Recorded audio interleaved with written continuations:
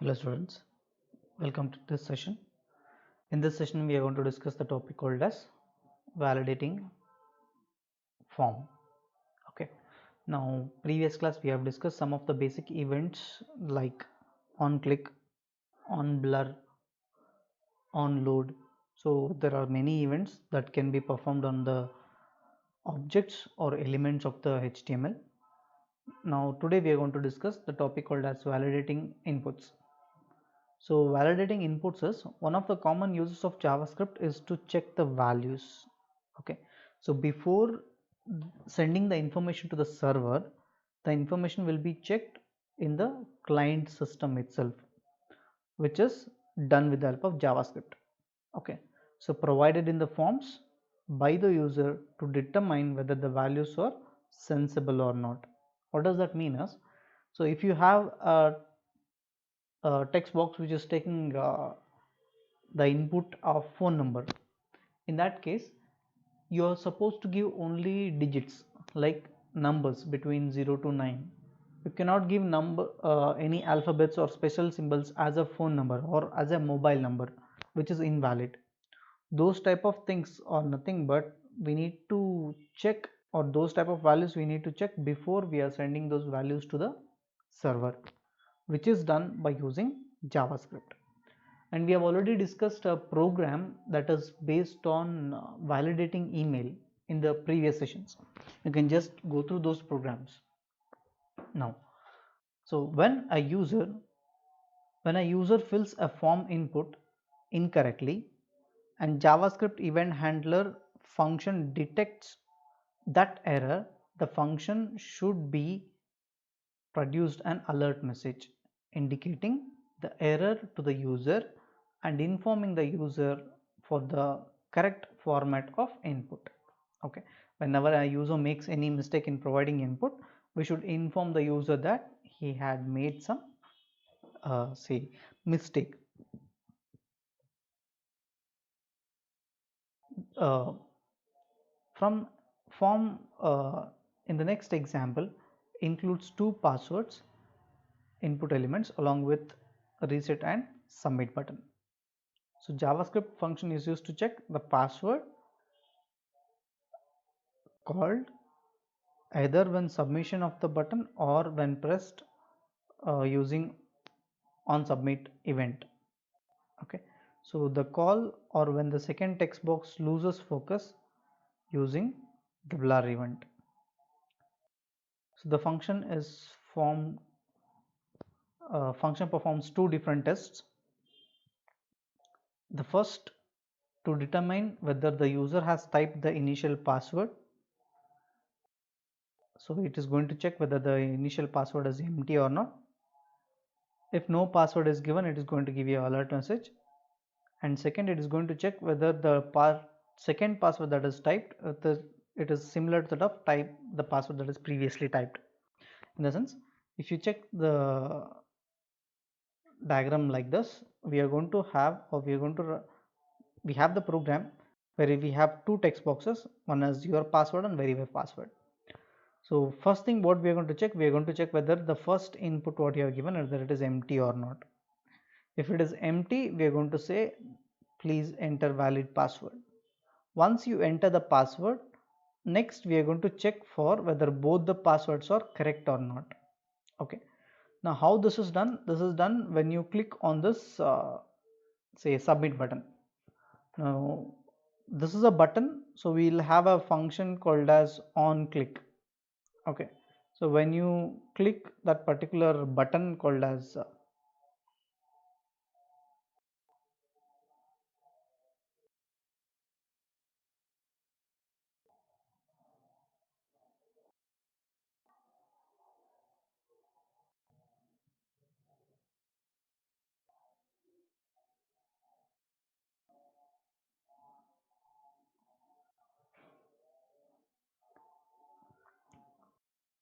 so we'll have submit button. So when you click, or when you have a function called as on click, okay, so this function or this event can be used to call the JavaScript. So when the JavaScript is called, so that it will check the two methods. That is, one, it is going to check for the empty text boxes, and second, it is going to check whether both the text boxes having same content or not. So that can be done. Or the second way of doing it is when this second text box has lost its focus. That is, once you move out of that particular text box, we'll call a function called as, or a event called as on blur. So on blur is just like opposite to focus, which is the element has lost the focus. Then also you can call the JavaScript. Okay. Now for that, you can observe we have the program here. In the program, first we have the HTML tag, header tag, followed by the JavaScript. In the JavaScript, we have two properties. One is type and the other one is source. Source, I'm giving the JavaScript name, which is passwordcheck.js, which is a JavaScript file. Either you can write all these codes starting from this line to this line, whatever we have, you can directly write here within the script tag, or you can save it in separate file and you can call that particular file by using that file name. Next, after that, we have body tag. Under body tag heading, we are going to give it as password input. Then we have the form tag, form ID given as my form, and we have two labels. So one is your password and verify password. So after giving those two inputs, next we are going to insert two buttons. One is a reset button, the other is a submit button. Okay. So after this, they have also mentioned the script again. This is not necessary. You can directly call this function there itself. Okay. Now, so how this is executed and what will be the output? So the output will be something like this. When you provide the user starts executing this program, if the first text box is empty, and if you click on submit, it is going to say you did not enter a password, please enter at least one password. Okay. Now after that, when you enter both the passwords, password 1 and password 2 both have been entered, and if it is matching, it is not going to give you any message. If it is not matching, it is going to give you an alert message. For that, if you observe in the JavaScript, we have created two variables. One is called as initial variable and final variable. So in the initial variable, it will be pointing to an object by having the ID called as initial, and second, it will be pointing to an object by name final. So you can see we have two input box here. So one input box we have given the ID as initial, and second input box we have given the ID as final. Whatever value you give for the first text box, it will be stored in initial, and second text box, whatever you give the input, that will be stored into final. First, it is going to check if initial value is empty. If it is empty, it is going to say it is going to just give an alert message, you did not enter a password, please enter at least one now. Okay. So after that, it is going to get back to that particular text box. So we are going to use focus function call, and after that, it is going to return false. Now next, if it is not empty, if the particular text box is not empty, it will come to the next if statement, whether it is going to check whether the value of first text box is equal to the value of second text box. If both are same, it is not going to return anything. It is not going to give you any alert message. It is going to just come out of the JavaScript. If both the content are not same, in that case, it is going to print the passwords you have entered do not match. Try again. Again, it will go to the first text box, init.focus. Okay, again init.select, and it will return false.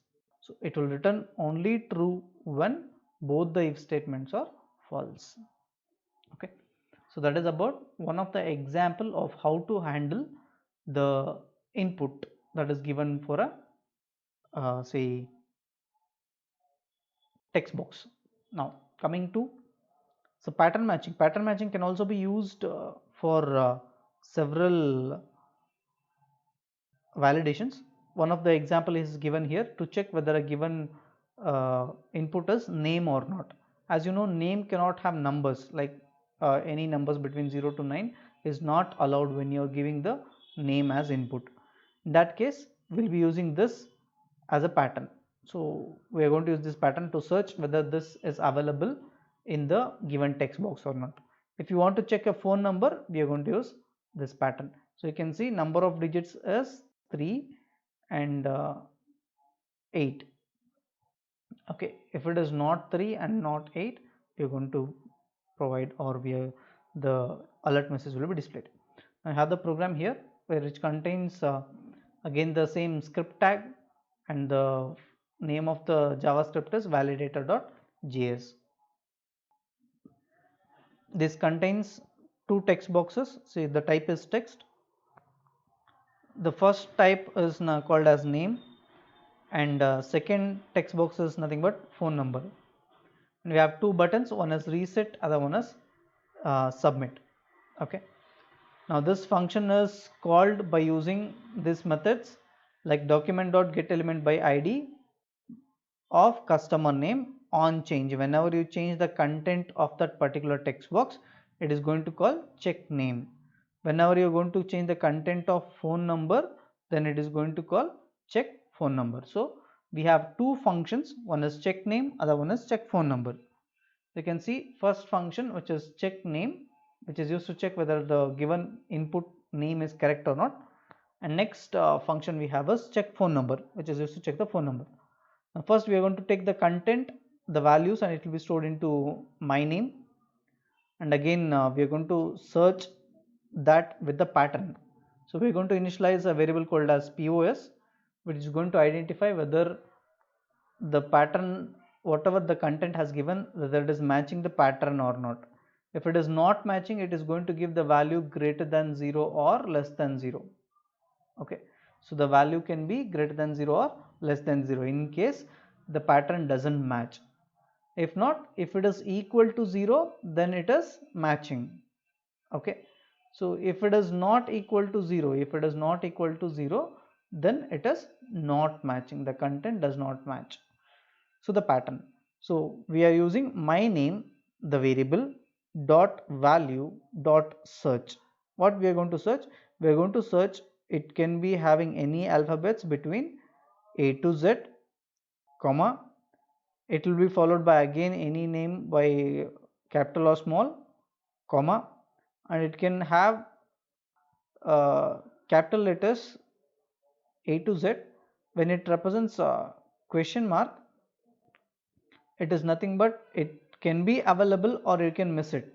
Okay, it is nothing but 0 or more occurrence. 0 or more occurrence will be represented by question mark, and if you are using plus, it will be representing one or more occurrence. It can have one character or more character, but at least one should be there in first name and middle name, but last name can be empty also.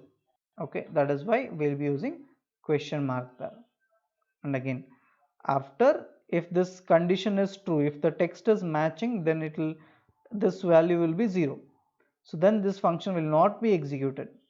If it is not matching, if it is not alphabets, if you are given any numbers or special characters, in that case it is going to give the message, and the name entered you is not correct, the name you entered is not correct. So and you are going to have the correct pattern, like you are going to get first name, middle name and last name. So now coming back to the function called as check phone number. So in this function we are going to check, or we are going to take the values of a text box called as customer phone, that will be stored into my phone variable, and here we are going to search whether it is a digit or not. So first the variable POS is going to be searching the pattern my phone dot value dot search, and this text is going to search first 3 digits, and after that we should have a hyphen, and that hyphen should be followed by 8 digits. Okay, so this will be representing the pattern for the phone number. If you are using a mobile number, you can directly use something like this, hyphen slash and D. It should be followed by the number of digits should be 10. If I use this pattern, so if I use this pattern, you can use it for checking whether a given number is mobile number or not. If you want to check that, I can use this pattern. Okay, so if it is matching, then the position value will be 0. If it is not 0, if it is 1, 2 or any other value, in that case it is going to give you alert message saying that the phone number you have entered is not correct. Okay, so this is our second method of validating. We are validating two values, one is the name and the other one is the phone number in this program. And coming to the next topic, so the next topic is document event model. So what is document event model or DOM to event model? Document to event model is modularized interface. One of the document to event model is events, which include several submodules. The ones most commonly used are HTML events and mouse events. So what are the HTML events? The HTML events are like abort, blur, change, error, focus, load, unload, and submit, select, scroll, resize and reset. All these are HTML events. When you come to mouse events, you know we have click, mouse down, mouse up, mouse out, mouse over and mouse up. So these are the events. So when these events occur in the HTML or in the HTML document, so there are several things that happen with the HTML document. What are those? Is whenever you do any action, it is going to generate an event. Okay, so it is going to generate an event. That event in turn, it is going to send that information to the JavaScript. So the HTML element has generated the event. So once the event has generated, that information the event has occurred should be sent to the JavaScript code. Okay, so that is what we are going to discuss in this session or in this topic, so which is called as event propagation. A browser which understands document or document object model, on receiving an XHTML document from the server, creates a tree known as document tree. So this is nothing but whatever the element that you have, for that element it is going to create a tree. For example, if you have first the HTML document, so the HTML document will contain several things, like first the header section, and next it is going to have the body section, and under body section you may have two forms, form 1 and form 2. Okay, under form 1 you may have several elements, like you may have input box, you may have a paragraph, you may have any amount of elements. So those elements are listed in the form of a tree. Okay, so as soon as the browser if the browser understands document object model, as soon as it receives the HTML file, it is going to construct the document tree. So these tree consists of elements of the document except the HTML. Except the HTML tag, all the elements will be inserted. The root of the document tree is document object itself. In the sense, instead of HTML, we will have the object as DOC, which is nothing but our document object. Other elements will form nodes of the tree. As I told you, input element, paragraph element, all these elements will form the nodes. Okay, so in case of document 2, the nodes which generates the events are known as target node. Okay, say for example, if this is a submit button, and if I click on this button, it is going to generate an event. And once an event is generated, that particular node is called as target node. Once the event is generated, it starts propagation from the root node. So it is going to identify where the event has generated. So from the document, it will go to body tag to form 1, form 1 to input tag, where I got the event. That will be identified by using propagation. During propagation, if there is any event handler, say for example, if you have written on click, so on click is a event handler. Okay, it is a function that is going to handle which event? Click event. Okay, so on any node, and if it is enabled, then the event handler will be executed. Okay, when event propagates and reaches the target node, so then the event propagates and reaches the target node. When the event handler reaches the target node, the target handler gets executed. As I told you, if you write on click, if you call some function called as print, if I write on click print, so once you click that button, this function will be executed, which is called as print. So after execution, the event again repropagates backward direction. During this propagation, if there is any event handler which are enabled, will be executed. Okay, once it reaches the target, it will go back to the document. During this propagation, it will execute any events or any event handler that is available. The propagation of events from the root node towards a leaf node or from the target node is known as capturing phase. So capturing phase is when it is going to identify, or it is going to scroll down to the particular event where the particular node where the event has occurred.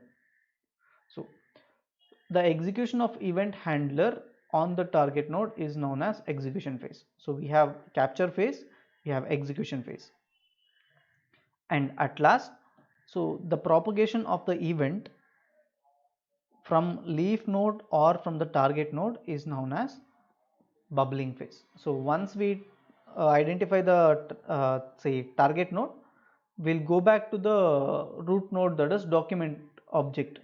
Okay, so this process is considered as bubbling phase. Okay, so all events cannot be bubbled. For example, you can write a load and unload cannot be having bubble phase. So if the user wants to stop the propagation of the events, then stop propagation has to be executed. Stop propagation has to be executed if you want to stop the propagation.